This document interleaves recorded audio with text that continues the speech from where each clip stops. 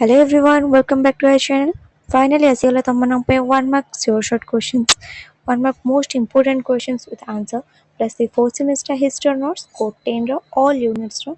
Okay, आशा କରୁଛି ଭିଡ଼ିଓଟି ତମମାନଙ୍କ ପାଇଁ ବହୁତ ହେଲ୍ପଫୁଲ୍ ହେବ। ଯଦି ପ୍ରଥମ କରିକି ଆମ ଚ୍ୟାନେଲକୁ ଆସିଛ ଆମ ଚ୍ୟାନେଲକୁ ଏବେ ହିଁ ସବସ୍କ୍ରାଇବ୍ କରିନିଅ। ଚାଲ ଦେଖିବ 1 mark ୟୁନିଟ୍ 1 ର ଫାର୍ଷ୍ଟ କ୍ୱେଶ୍ଚନ୍ ଅଛି ହିଷ୍ଟ୍ରି ବା ଇତିହାସ ଶବ୍ଦଟି କେଉଁ ଗ୍ରୀକ୍ ଶବ୍ଦରୁ ଆସିଛି? ହିଷ୍ଟ୍ରି ଶବ୍ଦଟି ହିଷ୍ଟୋରିଆ ଶବ୍ଦରୁ ଆସିଛି ଯାହାର ଅର୍ଥ ହେଉଛି ଅନୁସନ୍ଧାନ ବା ଜ୍ଞାନ ଅର୍ଜନ କରିବା। ବୁଝିଲା? ଦେନ୍ ନେକ୍ସଟ କ୍ୱେଶ୍ଚନ୍ ଇତିହାସ ଜନକ ବା ପିତା ଭାବେ କିଏ ପରିଚିତ? ଇତିହାସ ଜନକ ବା ପିତା ଭାବେ କିଏ ପରିଚିତ? ହେରୋଡୋଟସ୍ ତୁମେ ଜାଣିଛ। ନେକ୍ସଟ କ୍ୱେଶ୍ଚନ୍ ଆସିଲା ଇତିହାସ ହେଉଛି ଏକ ବିଜ୍ଞାନ ଏହାଠାରୁ କମ୍ ନୁହେଁ କି ଅଧିକ ନୁହେଁ। ଏଇଟା କିଏ କହିଥିଲେ? ଏ ଉକ୍ତିଟି କିଏ ପ୍ରତିପାଦନ କରିଥିଲେ? ନା ଜେବି ବ୍ୟୁରିକ୍। ଦେନ୍ ନେକ୍ସଟ କ୍ୱେଶ୍ଚନ୍ ଆସିଲା ଇତିହାସର ମୁଖ୍ୟ ବିଷୟବସ୍ତୁ କ'ଣ?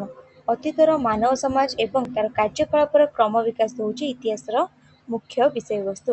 ନେକ୍ସଟ କ୍ୱେଶ୍ଚନ୍ ଆସିଲା ଅତୀତ ଏବଂ ବର୍ତ୍ତମାନ ମଧ୍ୟରେ ଏକ ଅସରନ୍ତି କଥୋପକଥନ ହିଁ ଇତିହାସ। ଏହା କିଏ କହିଥିଲେ?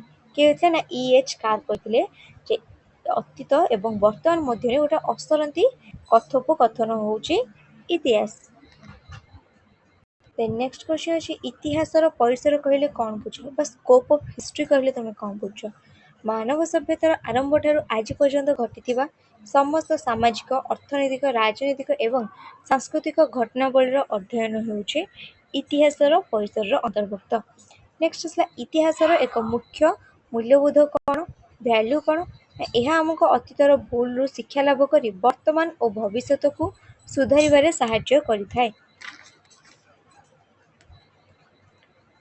ନେକ୍ସଟ କ୍ୱେଶ୍ଚନ୍ ଆସିଲା କେଉଁ ଶତାବ୍ଦୀରେ ଇତିହାସର ପରିସର ବହୁଳ ଭାବେ ବିସ୍ତାର ଲାଭ କରିଥିଲା? ବିଂଶ ଶତାବ୍ଦୀ ବା 20th century। ହେଲା 20th centuryରେ ଇତିହାସର ପରିସର ବହୁଳ ଭାବରେ ବିସ୍ତାର ଲାଭ କରିଥିଲା। ନେକ୍ସଟ ଆସିଲା ଇତିହାସର ନୈତିକତା କ'ଣ ଶିକ୍ଷା ଦେଇଥାଏ? ଇତିହାସ ନୈତିକତା ଏହା ଐତିହାସିକ ତଥ୍ୟକୁ ବିନା କୌଣସି ପକ୍ଷପାତରେ ସତ୍ୟ ସହ ଉପସ୍ଥାପନ କରିବାକୁ ଶିକ୍ଷା ଦେଇଥାଏ।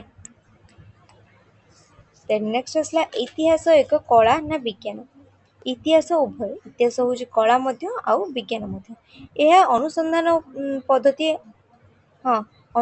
ପଦ୍ଧତି ପାଇଁ ତାକୁ ବୈଜ୍ଞାନିକ ବୋଲି କୁହାଯାଏ ଆଉ ଉପସ୍ଥାପନା ଶୈଳୀ ପାଇଁ ଇତିହାସକୁ କଳା ବୋଲି କୁହାଯାଇଥାଏ। ଦେନ୍ ନେକ୍ସଟ କ୍ୱେଶ୍ଚନ୍ ଆସିଲା ସମସ୍ତ ଇତିହାସ ହେଉଛି ସମୟ ସାମୟିକ ଇତିହାସ ଏହା କାହାର ମତ?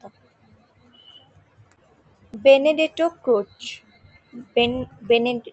ବେନେଡେଟୋ କ୍ରୋଚେଙ୍କ ମତ ଯେ ସମସ୍ତ ଇତିହାସ ହେଉଛି ସମସାମୟିକ ଇତିହାସ। ନେକ୍ସଟ ଆସିଲା ଇତିହାସର ମୁଖ୍ୟ ଉତ୍ସ ବା ସୋର୍ସ କେତେ ଭାଗରେ ବିଭକ୍ତ ହୋଇଛି? ନା 2 ଭାଗରେ ବିଭକ୍ତ ହୋଇଛି। ଗୋଟେ ହେଲା ପ୍ରତ୍ନତାତ୍ତ୍ୱିକ ଆଉ ଗୋଟେ ହେଲା ସାହିତ୍ୟିକ ଉତ୍ସ।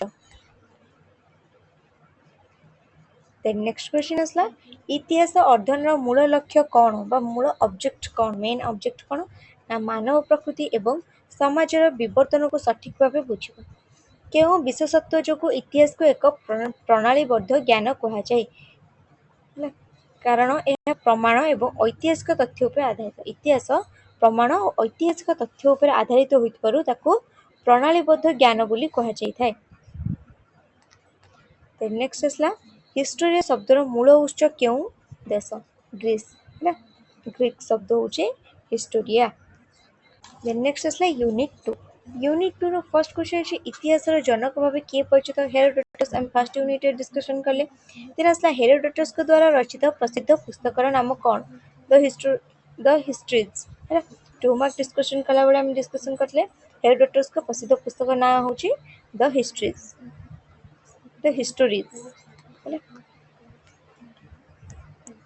ନେକ୍ସଟ କ୍ୱେଶ୍ଚନ୍ ଆସିଲା ବୈଜ୍ଞାନିକ ଇତିହାସ ଜନକ ବୋଲି କାହା କୁହାଯାଏ? ନା ଥୁସିଡାଇଡସ୍କୁ ବୈଜ୍ଞାନିକ ଇତିହାସ ଜନକ ବୋଲି କୁହାଯାଏ। ନେକ୍ସଟ ଆସିଲା ପେଲୋପୋନେସିଆନ୍ ଯୁଦ୍ଧର ଇତିହାସ କିଏ ରଚନା କରିଥିଲେ? ଥୁସିଡାଇଡସ୍ ରଚନା କରିଥିଲେ ଯେ ପେଲୋପୋନେସିଆନ୍ ଯୁଦ୍ଧର ଇତିହାସ। ନେକ୍ସଟ କ୍ୱେଶ୍ଚନ୍ ଆସିଲା ପ୍ରାଗ୍ମାଟିକ ବା ବ୍ୟବହାରିକ ଇତିହାସ ଲିଖନ ପାଇଁ କେଉଁ ରୋମାନ ଇତିହାସକାର ଜଣାଶୁଣା? ପଲ୍ବିୟସ୍। ଦେନ୍ ନେକ୍ସଟ କ୍ୱେଶ୍ଚନ୍ ଆସିଲା ରୋମର ପ୍ରସିଦ୍ଧ ଇତିହାସ ପୁସ୍ତକ ଅବ୍ ଉର୍ବେ କଣ୍ଡିଟା କିଏ ଲେଖିଥିଲେ? ଲିଭି ଲେଖିଥିଲେ। ଦେନ୍ ନେକ୍ସଟ ଆସିଲା ଆନାଲ୍ସ ଏବଂ ହିଷ୍ଟ୍ରିଜ୍ ପୁସ୍ତକର ରଚୟିତା କେଉଁ ରୋମାନ ଇତିହାସକାର ଅଟନ୍ତି? ଟାସିଟସ୍। नेक्स्ट क्वेश्चन है मध्ययुगीय पाश्चात्य ख्रीष्टियान इतिहास दर्शन प्रतिष्ठाता किए मध्ययुगीय पाश्चात्य ख्रीष्टियान इतिहास दर्शन प्रतिष्ठाता होउचंती सेंट अगस्टिन। देन नेक्स्ट आसला सेंट अगस्टिन के द्वारा रचित सबुठारु प्रसिद्ध पुस्तकर नाम कौन? The city of God. मन रखिबो किए कोउ बही लिखिचंती। नेक्स्ट आसला आरबीओ इतिहास लिखन परंपरा रे सामाजिक विज्ञान और इतिहास वैज्ञानिक विश्लेषण किए करथिले? इब्न खालदुन। नेक्स्ट क्वेश्चन आसला इब्न खालदुन के द्वारा रचित विश्व प्रसिद्ध पुस्तक नाम कौन? ना मुकादिमा। नेक्स्ट आसला यूनिट 3। यूनिट 3 फर्स्ट क्वेश्चन है प्रत्नतत्व कौन अध्ययन करे? माटी तळु मिलिथिबा अतीतर भौतिक अवशेष को प्रत्नतत्व अध्ययन करिथाय। नेक्स्ट आसला इतिहास और मानव विज्ञान साधारण लक्ष्य कौन? इतिहास और आंथ्रोपोलॉजी साधारण विज्ञान कौन? साधारण विज्ञान लक्ष्य कौन रही? मानव सभ्यता और संस्कृतिर विकासर अध्ययन। नेक्स्ट आसला ऐतिहासिक चरित्र मानक मानसिकता बुझिबाकू किए साहाय्य करे? किए साहाय्य करते ना मनोविज्ञान। देन नेक्स्ट क्वेश्चन आसला इतिहास पई साहित्य किपरि कार्य करथे?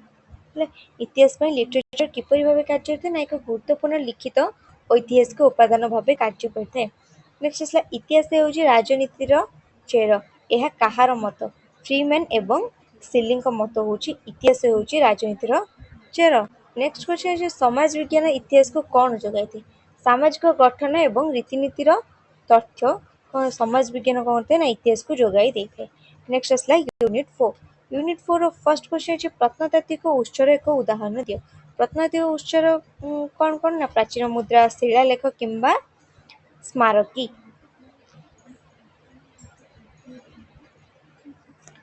नेक्स्ट मौखिक इतिहास कहले कौन बुझ? ओराल हिस्ट्री कहले कौन बुझा जाए? पीढ़ी पर पीढ़ी चली आसुथिबा लोककथा किंवदंती बा स्मृतिर संगृहीत तथ्य को मौखिक इतिहास बोली कहा जाए। नेक्स्ट दृश्यमान उत्सर गोटे उदाहरण दियो। प्राचीन चित्रकला, गुंफा चित्र किंबा आलोक चित्रर फोटो। नेक्स्ट साहित्यिक बा लिखित उत्स कहले कौन बुझाए?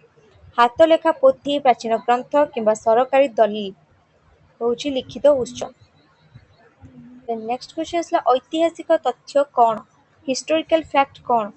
अतीतर घटना गुड़िकर प्रमाण सिद्ध एवं सत्य विवरण।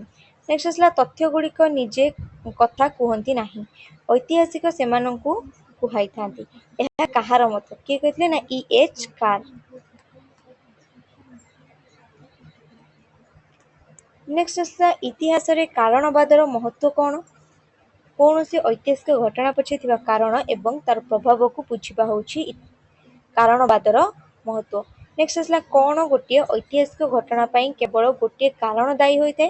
ना गोटे क्वेश्चन कौन गोटे ऐतिहासिक घटना पई केवल गोटे कारण दायी होइते? ना काहेकि ना एक ऐतिहासिक घटना पे अनेक गुड़िए कारण दायी होइते, बहु कारण दायी रहते, गोटे कारण दायी न थाए। नेक्स्ट क्वेश्चन आसला ऐतिहासिक वस्तुनिष्ठता कहले कौन बुझे? हिस्टोरिकल ऑब्जेक्टिविटी कहले कौन बुझे? व्यक्तिगत पक्षपात बा मनगढ़ा भावनारू मुक्त होई निरपेक्ष भावे इतिहास लेखिबा। नेक्स्ट आसला संपूर्ण वस्तुनिष्ठता इतिहास रे काहेकि कष्टकर? कारण प्रत्येक ऐतिहासिकଙ୍କର ନିଜସ୍ୱ दृष्टिकोण एवं विचारधारा रही थाए। बुझेला एतिक थिला तमरो 1 mark short short questions with answer. आशा करूँ वीडियो तुम बहुत हेल्पफुल हम। वीडियो भल लगे लाइक कमेंट शेयर कर बिल्कुल भी भूल निज फ्रेंड मान शेयर कर। तुम हेल्पफुल होगा तो तुम फ्रेंड मैंने हेल्पफुल हे। यदि प्रथम करके चैनल को आम चैनल को सब्सक्राइब करनी ओके।